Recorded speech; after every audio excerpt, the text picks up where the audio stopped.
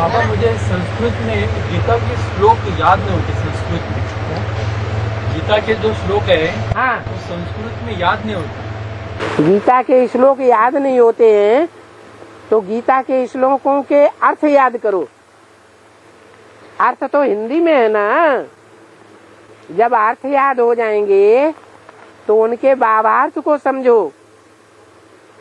जब भावार्थ समझ में आ जाएगा, अर्थ समझ में आ जाएंगे, शब्दों के अर्थ मालूम हो जाएंगे तो श्लोकों की संधि विच्छेद करना सीखो। गीता में एक एक शब्द का संधि विच्छेद दिया हुआ है, शब्दों को अलग अलग करके दिया हुआ है। उस अलग अलग शब्द का अर्थ सीखो, फिर बाद में श्लोक याद करो।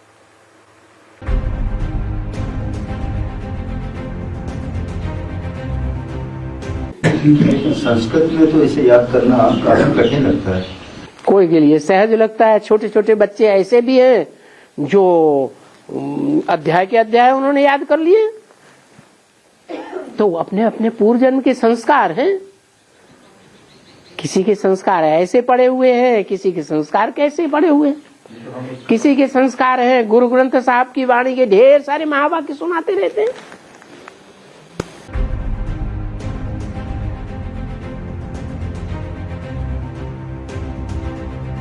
जैसे कि हम श्रीमद् भगवत गीता पढ़ रहे हैं ना, वो पढ़ना बेकार है हिसाब से। वो पढ़ने से वो पढ़ना अच्छा है कि बेकार है? जैसे कि दुनिया को तो समझाना है ना ज्ञान को। जो गीता का क्लैरिफिकेशन है वो आध्यात्मिक विद्यालय से आ रहा है या किसी दूसरी संस्था से आ रहा है? और आध्यात्मिक विद्यालय की स्थापना भगवान करते हैं या कोई मनुष्य करते हैं? है?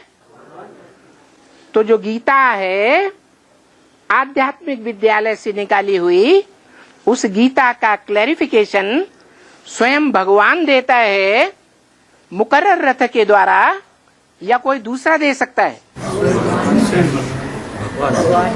भगवान ही दे सकता है। हाँ, तो कहना क्या है? कहना है कि ये हिसाब से शासक कुछ भी हो, जैसे कि डेली होने वाले कोई भी श्लोक ऐसे आए तो पढ़ना ठीक नहीं है कि ठीक है इसका? शास्त्रों का श्लोक पढ़ना ठीक नहीं है, लेकिन सबसे पुराना शास्त्र कौन है दुनिया में? गीता। कोई भी चीज, दुनिया की कोई भी चीज पहले सात्विक होती है 100% या तामसी होती है? तो जब व्यास ने वो श्लोक रचे थे तो वो सात्विक थे, जो संसार में आज भी सर्वधर्म वाले मानते हैं। सर्वशास्त्रमयी शिरोमणि श्रीमद् भगवत गीता मानते हैं कि नहीं? ज्ञान का दुनिया में सबसे श्रेष्ठ ग्रंथ। दूसरे धर्म वाले किसको मानते हैं?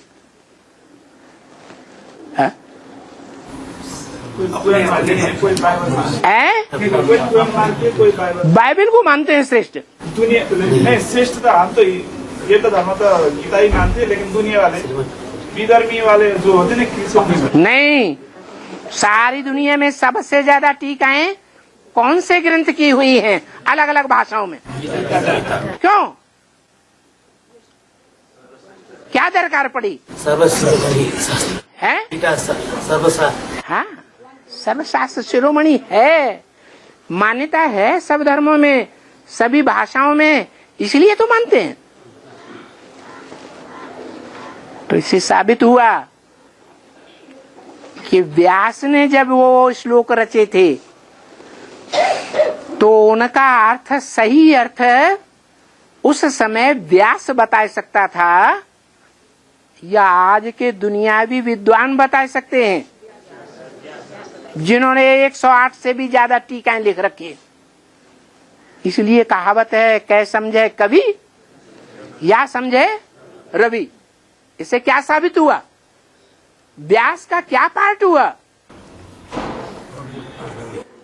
बाबा ने बोला है इस सृष्टि पर सदा कायम कोई चीज है नहीं, सदा कायम एक शिव बाबा है।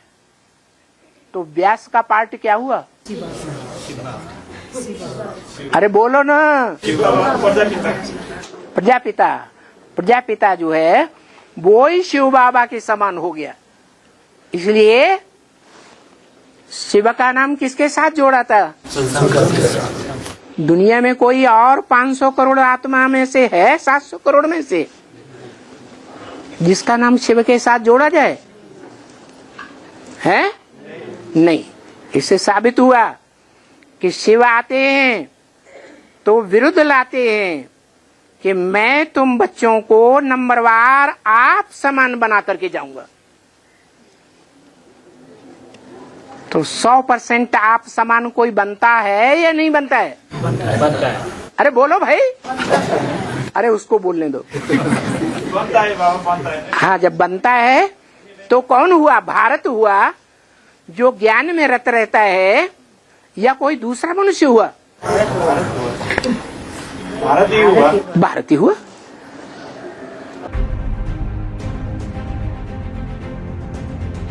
बाबा का डायरेक्शन है कि श्लोक पढ़ना है, श्लोक पढ़ना है, पढ़ाना है। तो कहीं कहीं मधुबन में श्लोक नहीं पढ़ाया जाता, तो श्लोक श्लोक हाँ, यज्ञ के आदि में भी गीता के अर्थ बैठ करके बताते हैं। यज्ञ के आदि में तो जो आदि में वो अंदर में भी होगा। नहीं, बाबा पूछना क्या है, तो जो माने बाबा का डायरेक्शन है कि श्लोक हर मधुबन में पढ़ाया जाए, परंतु कहीं कहीं नहीं पढ़ाया जाता, तो उसकी शूटिंग क्या होगी? दूसरे धर्म की आत्माएं होंगी तो क्यों पढ़ाएंगी? जो बाइबल को मानने वाले होंगे, जो कुरान को मानने वाले होंगे, या दूसरे धर्म ग्रंथों को मानने वाले होंगे, वो गीता में क्यों जोड़ देंगे? लोगों को मालूम ही नहीं है कि गीता हमारा धर्म ग्रंथ है।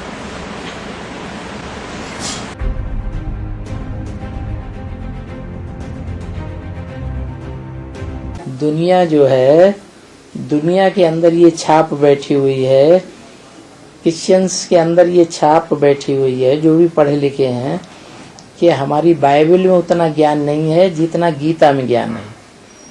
अंग्रेज लोग और मुसलमानों की वो मुसलमान और क्रिश्चियन वो इस्लामियों की बुद्धि में बैठा है कि भारत का जो धर्मशास्त्र गीता है उसमें जितना गहराई ज्ञान है रूह का, उतना गहराई का ज्ञान कुरान में नहीं है। तो सारी दुनिया लोहा मानती है आज गीता ज्ञान का। अब हिंदुस्तान में तो गीता ज्ञान बहुत ज़्यादा है, ज़्यादा लोगों को ग्रास्प हो सकता है। तो जब सेवा होगी सारी दुनिया की, तो कौन से ग्रंथ के आधार पर तुम उनको समझा सकोगे? वो उनकी बुद्धि में तो नहीं बैठा है कि भगवान आया हुआ है। तुम बोल रहे हो कि भगवान आया हुआ है और वो भगवान गीता ज्ञान सुना रहा है। तो टैली करने के लिए उनका तो विश्वास जो है धर्मशास्त्रों के ऊपर है ना। और ये भी मान्यता रही है ऋषियों मुनियों की और विद्वानों की, भले भगवान उतर आए लेकिन हम शास्त्रों को नहीं छोड़ेंगे। तो कौन सा शास्त्र है जिसको नहीं छोड़ेंगे? उस शास्त्र के आधार पर समझना पड़े, समझाना पड़े। इसलिए अगर सेवाधारी बनना है, सारी दुनिया का विश्व सेवाधारी बनना है, तो गीता के श्लोकों के आधार पर किसी को समझाएंगे तो उनकी बुद्धि में बैठेगा। ये दुनिया का सर्वोपरि ग्रंथ है, इसकी सबसे ज्यादा टीकाएं हुई हैं। बाइबल की और कुरान की इतनी टीकाएं नहीं हुई हैं, गुरु ग्रंथ साहब की इतनी टीकाएं नहीं हुई हैं। तो इतनी टीकाएं जो गीता की हुई हैं, उनमें सच्ची कौन सी है? सारी टीकाएं एक दूसरे से टकरा रही है, ज्ञान के पॉइंट क्रॉस हो रहे हैं। तो वो मान्यता है कि जिस कवि ने कविता लिखी है वो कवि ही आकर के उसका जितना गहराई से अर्थ समझाएगा। तुलसीदास ने लिखी रामायण, वाल्मीकि ने वाल्मीकि रामायण लिखी, तो वाल्मीकि की आत्मा जितना गहराई से समझा सकेगी दूसरा कोई समझा सकेगा? समझाएगा? फिर व्यास ने व्यास प्रसादात, व्यास ने गीता, व्यास के प्रसाद से हमको गीता के श्लोक मिले। तो अब वो व्यास वाली आत्मा ही निमित्त बने सुनाने के लिए, टीका करने के लिए, उसकी व्याख्या करने के लिए। वही व्याख्या तो सच्ची होगी। तो प्रजापिता वाली आत्मा वही व्यास की आत्मा होगी।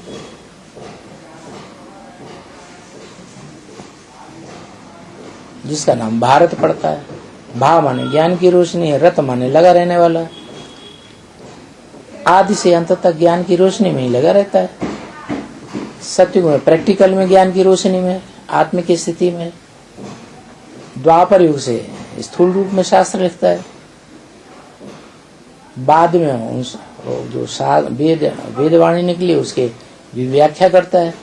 उपनिषद बनते हैं, ब्राह्मण बने, शतपथ ब्राह्मण वगैरह बने, आरण्यक बने। बाद में ये शास्त्र बन गए, पुराण बन गए। तो ये भी लिखने वाला कौन है? सात्विक रूप में लिखने वाला। शुरुआत वो करता है, फिर बाद में रामायण जैसा, ये जो बाबा ने कहा उपन्यास जैसा बन जाता है। तो ज्ञान की रोशनी में रत रहने वाला हुआ ना जन्म जन्मांतर, कभी प्रैक्टिकल में, कभी शास्त्र के आधार पर। तो गीता को ज्यादा महत्व देना, उसको समझना, उस गीता के आधार पर फिर दूसरों को बाबा के महावाक्य सुनाना, ये असली चीज है। जैसे धर्मपिताओं ने आकर के ओरली सुनाया, कोई ग्रंथ लिख करके थोड़ा ही दिया धर्मपिताओं ने। क्राइस्ट ने कोई बाइबल लिखी क्या? इब्राहिम मोहम्मद ने कोई कुरान लिखी क्या? वो तो बाद वालों ने लिखी है। उन्होंने तो मुख से सुनाया ना जो कुछ सुनाया। तो ऐसे ही भगवान जो अभी सुना रहा है वो मुख से सुना रहा है। और ये जो गीता है, जो मनुष्य लिख लिख करके प्रिंट करके डाल रहे हैं, वो मनुष्यों का लिखा हुआ है। भगवान को शास्त्र बनाने की और शास्त्र पढ़ने की क्या दरकार? तो लोगों को विश्वास बैठेगा ना कि गीता में जो बातें चली आ रही हैं 2500 साल से। तो बाबा तो गीता के श्लोक तो सब छोड़ चुके हैं। कोई गीता नहीं पढ़ता अभी। रामायण फिर भी पढ़ते हैं। तो जो असली चीज है वो तो शास्त्रों में भी असली चीज गीता ही है ना। वेदों से भी पहले बाबा ने कहा कि गीता लिखी गई। तो जो गीता के श्लोक हैं वो याद होने चाहिए ना, इसलिए चलाए गए हैं कि रोज रोज सुनेंगे हाँ। तो कुछ न कुछ याद ही हो जाएंगे। ठीक है। माना एक आध दिन वो चला, मैंने गैप कर करके, जैसे एक दिन वो चला गया। आपको नहीं इंटरेस्ट है नहीं, तो आप अलग से पढ़ सकते हैं। नहीं, इंटरेस्ट तो है। आप थोड़े तो पढ़े लिखे हैं ना। मगर तो वो ऑडियो नहीं सुनी ना बाबा। जो ऑडियो आपने नहीं सुने हैं वो क्लास में चलाए जा रहे हैं ना, पुराने ऑडियो शाम को सुनो। और ये नियम जो है ना हर मधुबन में कर दिया कि सुबह ऑडियो नहीं चलाना। इसलिए बात ये है कि जैसे दुनिया में जो सरकार चल रही है उसके 3 विभाग हैं। एक न्यायपालिका, एक विधान पालिका, एक कार्यपालिका। तो अलग अलग निबंधनों जो संचालन कर रहे हैं वो कार्यपालिका के अंदर हो गए।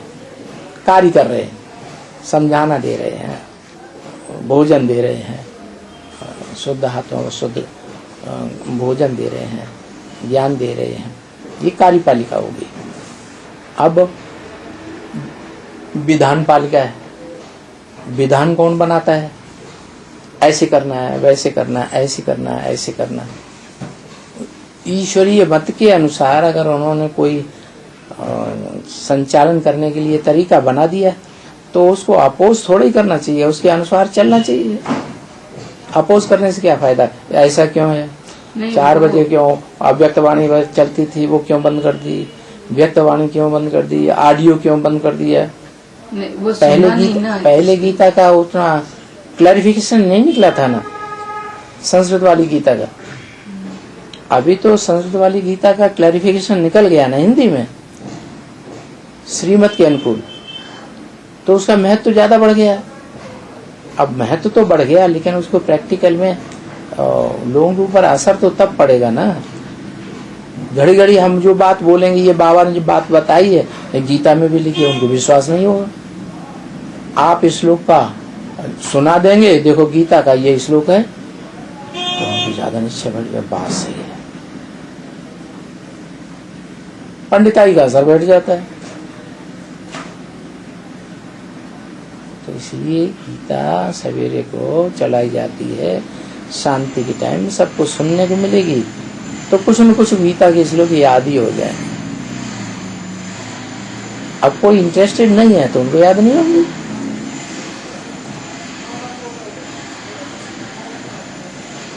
मुरली की सुनी हुई बातें हैं और वो कोई सुनना ही नहीं चाहता है। दुनिया वाले सुनना चाहते हैं तुम्हारे बाबा की मुरली, फिर वो तुम्हारे तक सीमित रहेगी। इस दुनिया के बड़े बड़े विद्वान, पंडित, आचार्य और जहीन लोग जो हैं, बुद्धिवादी लोग हैं, उनकी शास्त्रों के ऊपर इतनी श्रद्धा बैठी हुई है कि उनको शास्त्रों के आधार पर समझाएंगे तब समझेंगे, या तो मुरलियों की बातें सुनाएंगे, बाबा ने ऐसे बोला वैसे बोला वैसे बोला, तो मानेंगे? नहीं मानेंगे तो क्या करना पड़े हैं? दुनिया का हर धर्म में जो मान्यता प्राप्त ग्रंथ है वो कौन सा है? गीता। तो गीता को ही लेकर के हम कोई भी व्यक्तियों को समझा सकते हैं। क्या गीता में जो बातें आई हैं उनके आधार पर समझाएं। गीता हमारा ग्रंथ है, सभी धर्म ग्रंथों का माई बाप है, सर्वोपरि है। दुनिया में एक ही ग्रंथ है, एक ही शास्त्र है जिसके ऊपर लिखा रहता है श्रीमद् भगवत गीता। क्या? कैसी गीता? श्रेष्ठ ते श्रेष्ठ की मत है, बुद्धि है, अकल है उसमें, और जो श्रेष्ठ ते श्रेष्ठ है वो है भगवान। तो भगवत गीता उस भगवान की गीता है। उस गीता को हम रेफर जरूर करना सीख लें, क्योंकि आगे आने वाली जो दुनिया है उसमें सब धंधों में चौपटा हो जाएगा। क्या बोला है? सब धंधे, सब धंधों में है नुकसान सिवाय एक ईश्वरीय धंधे के। तो नुकसान ही उठाते रहना है, हैं? खुश रहेंगे फिर? नुकसान उठाते रहेंगे दुनियावी धंधे करते करते तो आत्मा खुश रहेगी? ज्ञान में चलते चलते मौज में रहेंगे? मौज में नहीं रह सकते। और यहाँ शूटिंग पीरियड में मौज में नहीं रहेंगे तो 5000 वर्ष में भी क्या हो जाएगा? है? हम उतना ऊंचा पद के मौज में नहीं रहेंगे सत्युग त्रेता में भी, और द्वापर कलयुग में भी तो दुख होता ही है, वहां तो दुखी हो ही जाएंगे फिर, क्योंकि 21 जन्मों के आधार पर 63 जन्मों का भी हिसाब किताब बन जाता है। जो शूटिंग पीरियड में होगा वो ब्रॉड ड्रामा में भी होगा, शूटिंग पीरियड में नहीं होगा तो ब्रॉड ड्रामा में भी नहीं होगा।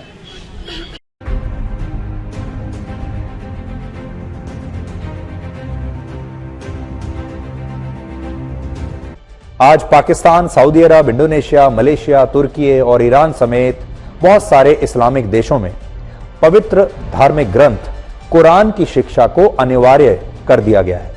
और खुद हमारे अपने देश भारत में अकेले केंद्र सरकार की मदद से ऐसे लगभग 20,000 मदरसों का संचालन हो रहा है जहां बच्चों को कुरान की शिक्षा दी जाती है। और यहां बात सिर्फ इस्लाम धर्म की या कुरान की नहीं है।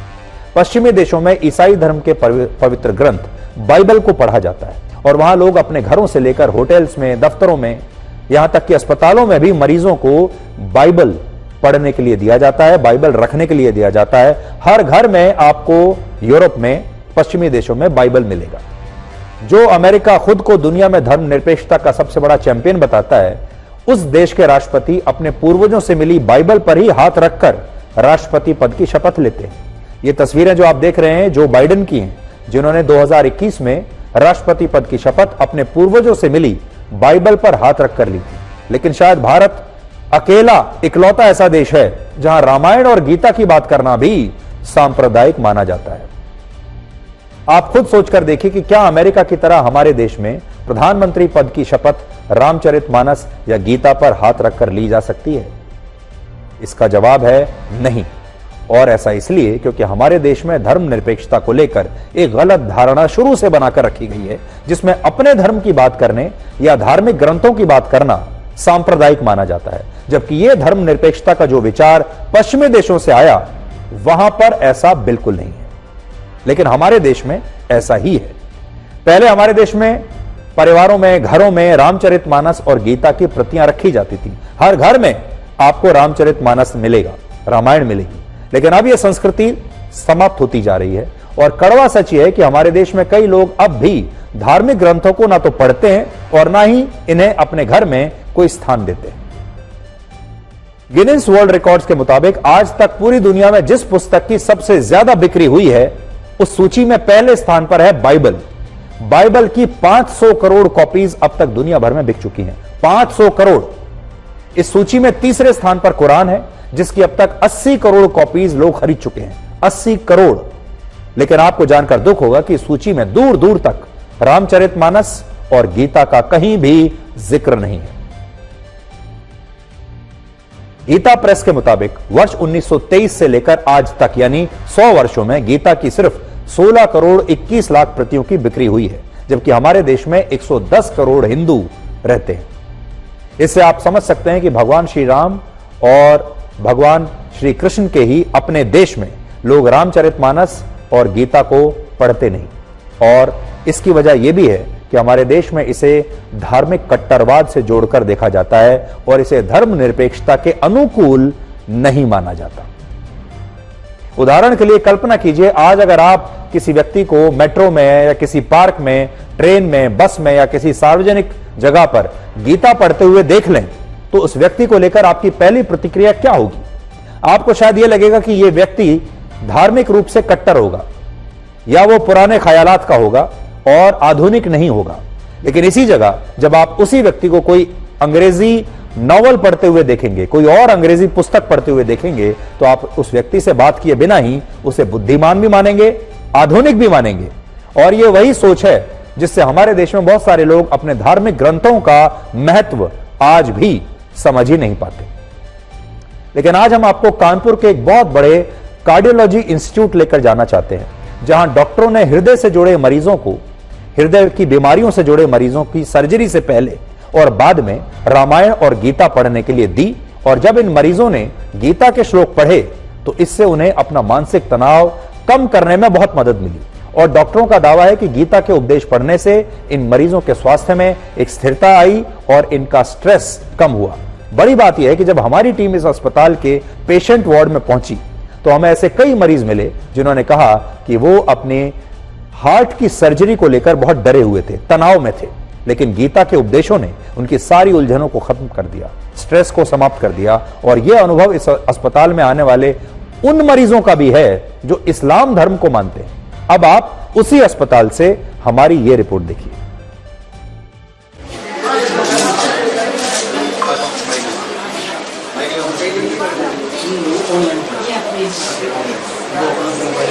डॉक्टरों द्वारा दी गई है। और जब हम लोग मतलब पहले ऑपरेशन के पहले डर लग रहा था, जब इसको पढ़ने के बाद ये महसूस हुआ कि भाई जो भी है, जो होना है अपने समय पे होगा, तो एक आत्मबल आया।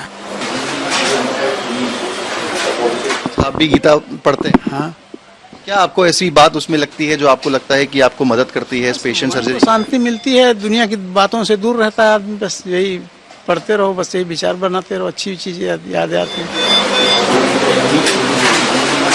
पेशेंट्स जब आते हैं कार्डियोलॉजी हॉस्पिटल में, हार्ट के जितने भी मरीज होते हैं जिनका कि बाईपास या वाल्व चेंज होना है, कोई भी छोटी बीमारी को लेके या बड़ी बीमारी को लेके बड़ा ही चिंतित होता है। तो उसी को लेके मन में यह है कि जैसे अध्यात्म, योग और इन सब का हम लोग सहारा लेते हैं कि मानसिक संतुष्टि के लिए अपने घर में गीता या रामायण सुनते हैं या पढ़ते हैं, तो उसी को लेके हमने इस तरह से ये प्रयास किया कि क्यों ना हमारे मरीजों को भी अगर हम इन सब चीज़ों में लेते और वो इंटरेस्ट लेते हैं। और बहुत बार हम लोगों ने सुना है कि जैसे गीता भागवत घर पे रहने से, क्योंकि वो महाभारत का सूचक है, घर में कलह कलेश होता है, तो यहाँ असमंजस है गुरुजी कि घर में भागवत रखें, गीता रखें कि ना रखें। आज जब हमारे देश में बहुत सारे लोगों में रामायण और गीता को पढ़ने की उत्सुकता नहीं दिखती, अपने घर में रखने की उत्सुकता नहीं दिखती, तब आपको ये पता होना चाहिए कि अमेरिका के मशहूर वैज्ञानिक और परमाणु बम के जनक जे रॉबर्ट ओपनहाइमर, जिनके जीवन पर अभी एक फिल्म भी आई थी, उन्होंने भगवत गीता पढ़ने के लिए खास तौर पर संस्कृत भाषा सीखी थी और वो गीता से बहुत प्रभावित थे। इसी तरह मशहूर वैज्ञानिक एल्बर्ट आइंस्टाइन भी गीता से प्रभावित थे और उन्होंने एक बार कहा था कि वो जब गीता को पढ़ते हैं और ये समझते हैं कि कैसे भगवान ने इस पूरे ब्रह्मांड की रचना की, तो उन्हें इसके बाद सब कुछ अनावश्यक और निरर्थक लगने लगता है। और ब्रिटेन के समाज सुधारक डॉक्टर एनी बेसेंट भी भगवत गीता से इतनी प्रभावित हुई थी कि उन्होंने इसे दुनिया तक पहुंचाने के लिए इसका अनुवाद करके इसकी एक प्रति लिखी, और यह सूची अगर मैं लिस्ट बनाऊं तो बहुत लंबी होगी। हमारी संस्कृति, हमारा इतिहास और हमारा धर्म इतना विशाल है कि दुनिया के महान लोगों ने हमेशा इसका अध्ययन करके नई नई खोज की, लेकिन इसके बावजूद आज हमारे ही देश में कई लोग अपने घरों में रामायण और गीता को नहीं रखते और उन्हें लगता है कि अगर वो रामायण और गीता को पढ़ेंगे, अपने घर में रखेंगे, तो उन्हें कट्टरवादी और पिछड़ा हुआ मान लिया जाएगा, उनका मजाक उड़ाया जाएगा।